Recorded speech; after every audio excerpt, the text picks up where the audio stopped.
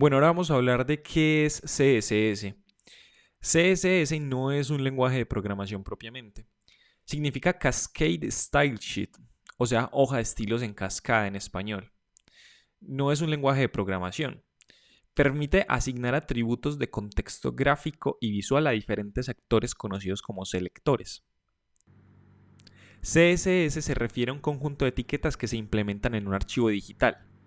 Hay dos elementos principales que componen el CSS. Estos son los selectores y los atributos y valores. Los selectores son identificadores de los elementos del DOM, es decir, de los elementos del HTML. Con selectores podremos seleccionar o hacer referencia a elementos específicos dentro de nuestro archivo de HTML, es decir, del DOM. Con un solo selector podemos hacer referencia a un elemento o a varios.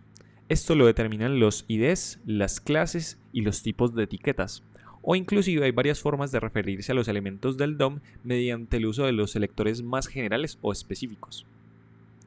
Cuando tenemos referencia a él o los elementos del DOM que queremos aplicar estilos, entonces mediante el uso de la sintaxis de CSS le aplicamos los atributos y los valores. Estos atributos y valores son pares ordenados en forma de clave-valor, que permiten la asignación de diferentes estilos gráficos a los elementos del DOM. Existen muchísimas propiedades que tienen valores únicos. Esto nos permite enriquecer nuestra visual tanto como nuestra imaginación nos lo permita.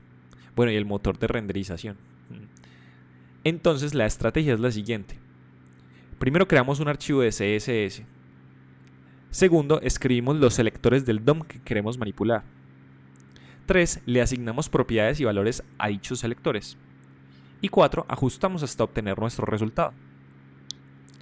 Finalmente hay que decir que este archivo digital es interpretado por el navegador y su motor de renderización, pero sigue un estándar declarado por el consorcio de la W3C, así que por este motivo, en teoría, se debe ver todo igual en cualquier navegador.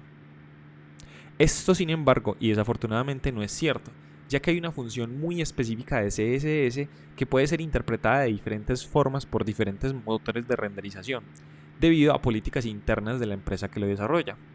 Lo mismo ocurre con JavaScript. El CSS es una de las herramientas básicas que todo programador web debe conocer. No es para nada complejo ni difícil, y practicarlo durante un par de semanas llevará el dominio de este.